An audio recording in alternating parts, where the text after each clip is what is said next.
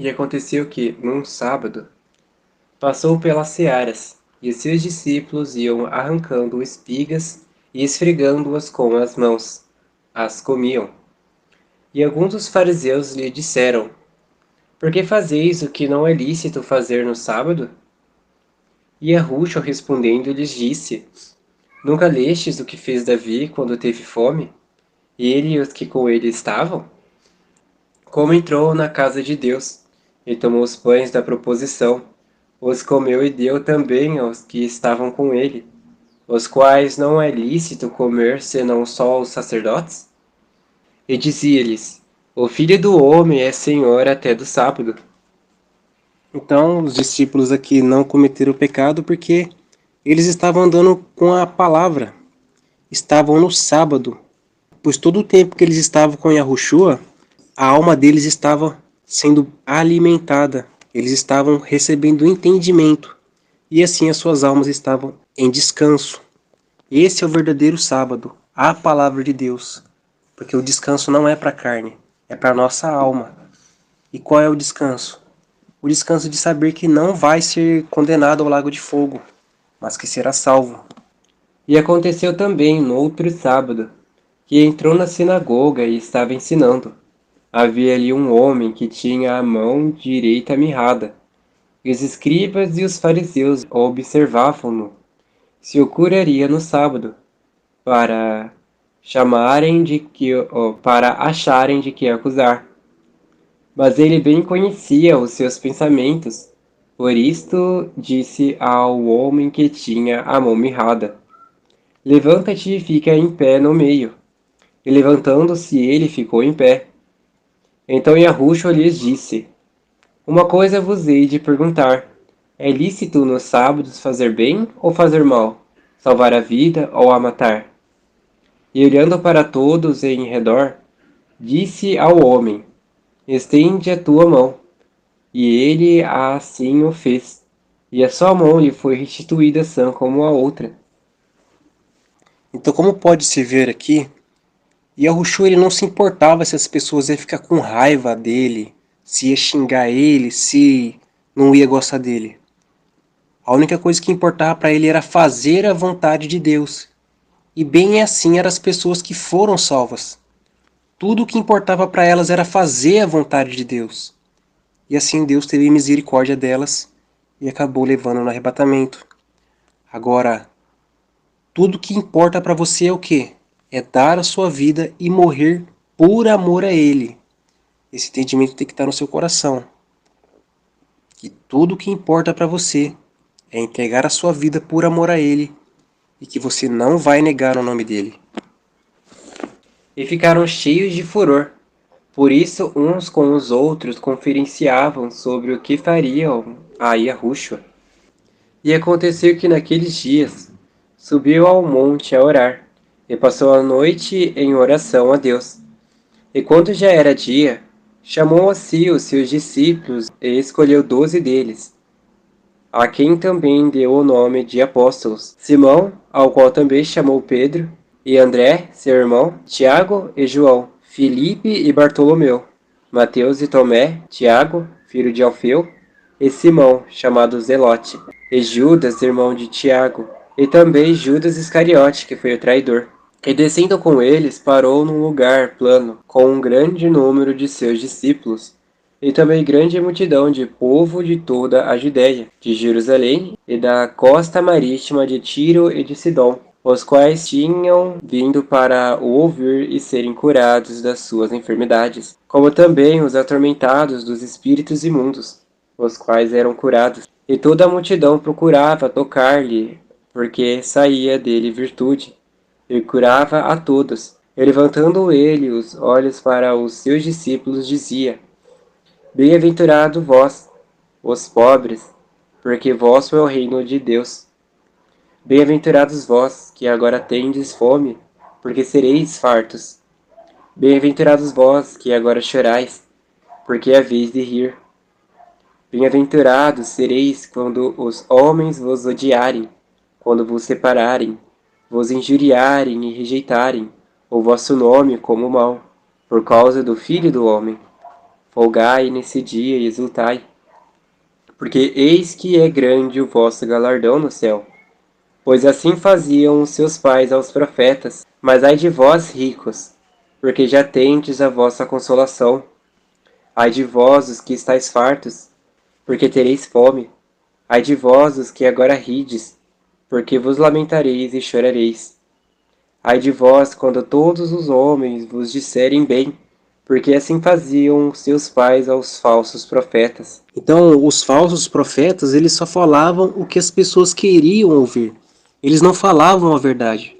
Porque se eles falassem a verdade, a qual é a palavra de Deus, muitas pessoas iam odiar eles. E assim, poucas pessoas entrariam na congregação com eles. Mas eles não estavam pensando na salvação, nem deles, imagine a das ovelhas. O coração deles estava no dinheiro. Por isso que eles só falavam o que as pessoas queriam ouvir. E todas as pessoas que ficavam sorrindo com os prazeres desse mundo aí, agora estão chorando. Mas aqueles que choraram aqui na terra por Deus, por salvação, por um socorro, e não se alegrava com nada desse mundo aqui, Deus fez de misericórdia com essas pessoas. Porque todos esses bem-aventurados aqui, a fome deles era de Deus. Nada nesse mundo ia saciar a fome deles.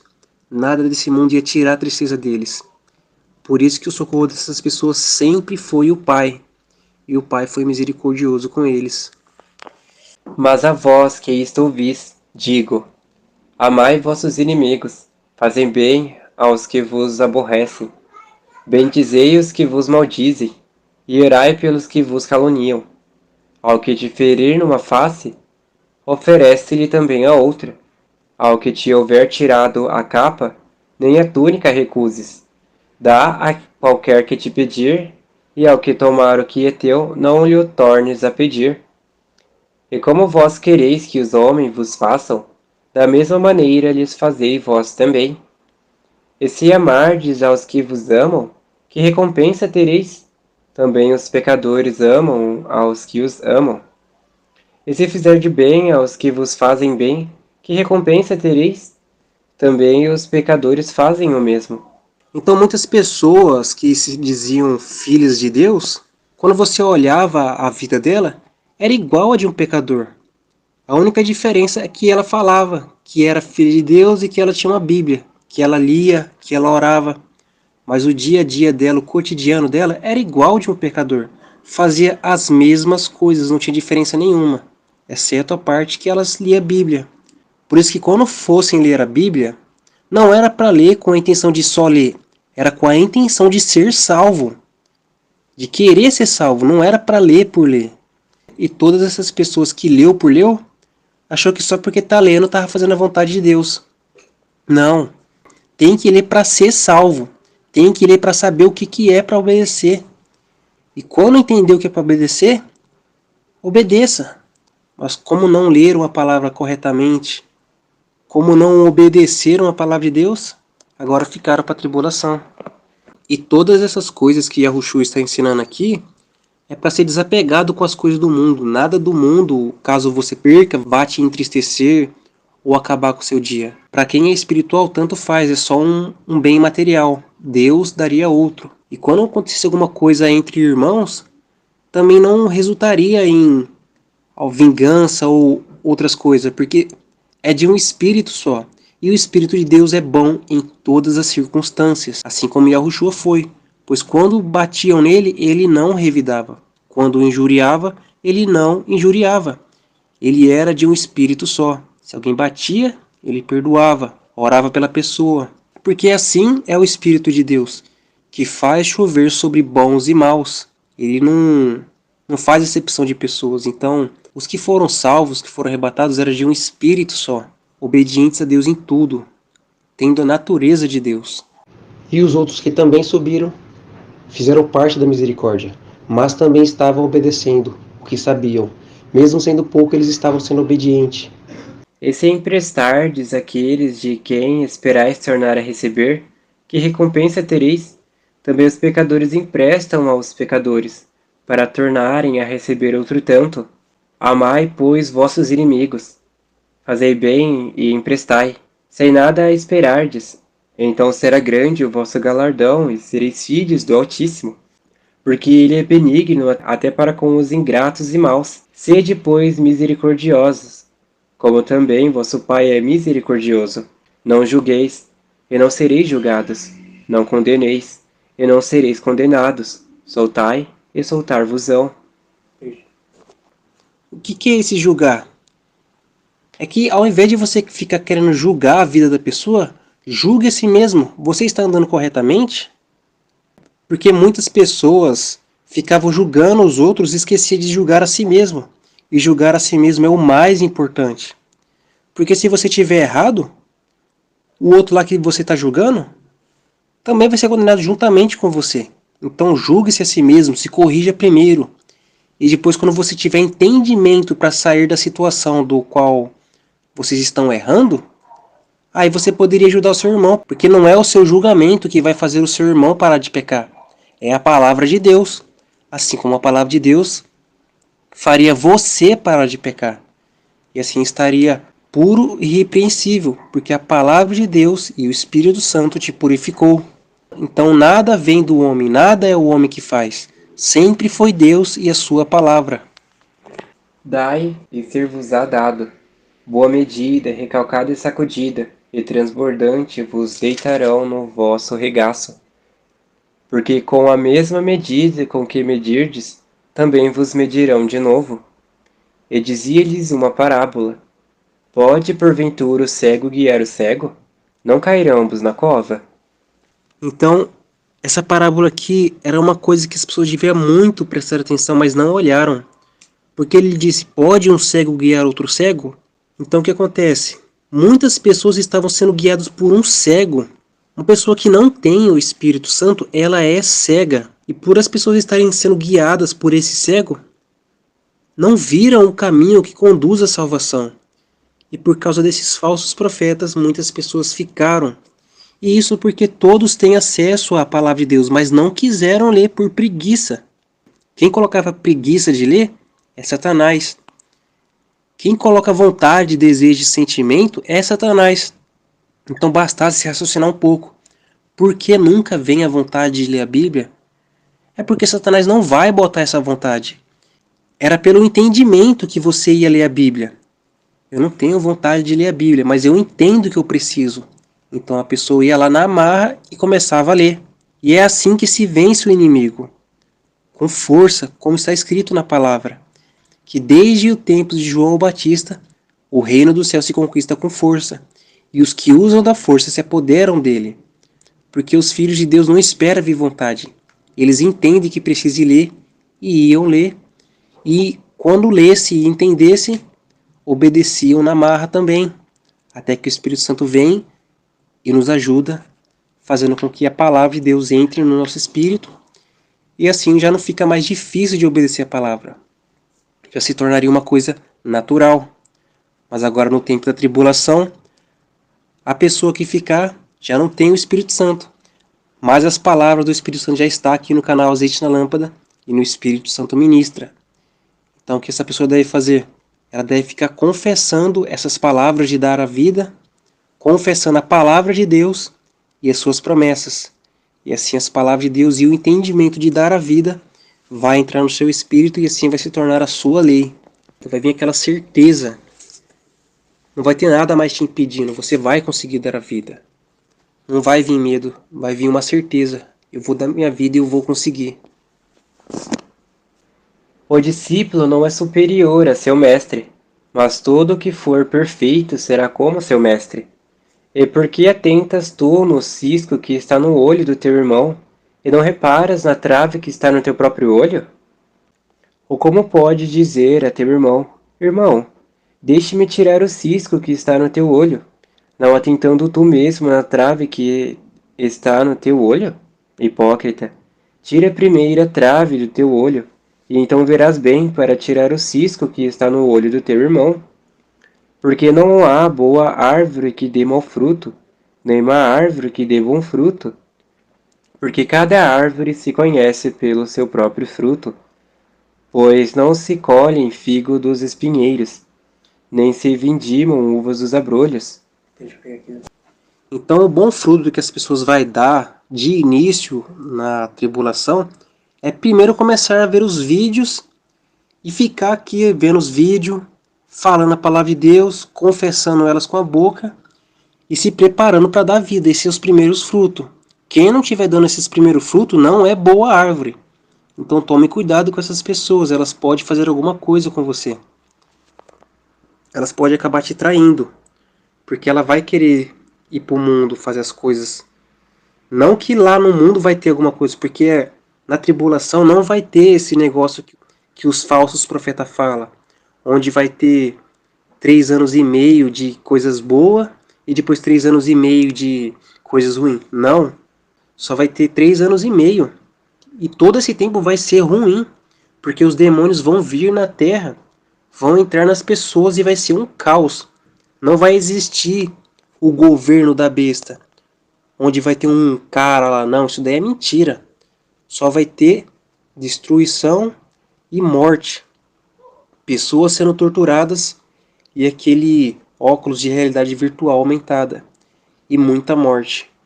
Então Deus vai deixar vocês ocultos por alguns dias, talvez meses, ou pelo tempo que vocês vão se preparar até vocês darem a sua vida. Então não é para vocês perder tempo algum, porque se vocês perder tempo e vocês não conseguirem se encher da palavra e acabar que vocês forem pego antes de vocês se encher da palavra, aí vocês não vão conseguir dar suas vidas. Vocês vão acabar negando o nome de Yahushua e assim serão condenados ao lago de fogo. Então, todo momento é precioso. Não fiquem com preguiça, não deixe a preguiça dominar vocês. Assistam todos os dias, leiam a Bíblia, aproveitem o máximo.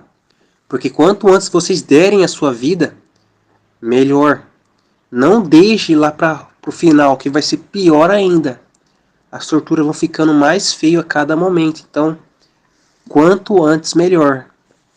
O homem bom do bom tesouro do seu coração tira o bem. O homem mau do mau tesouro do seu coração tira o mal. Porque da abundância do seu coração fala a boca. Então, qual é o bom tesouro que tira do coração e o mau tesouro?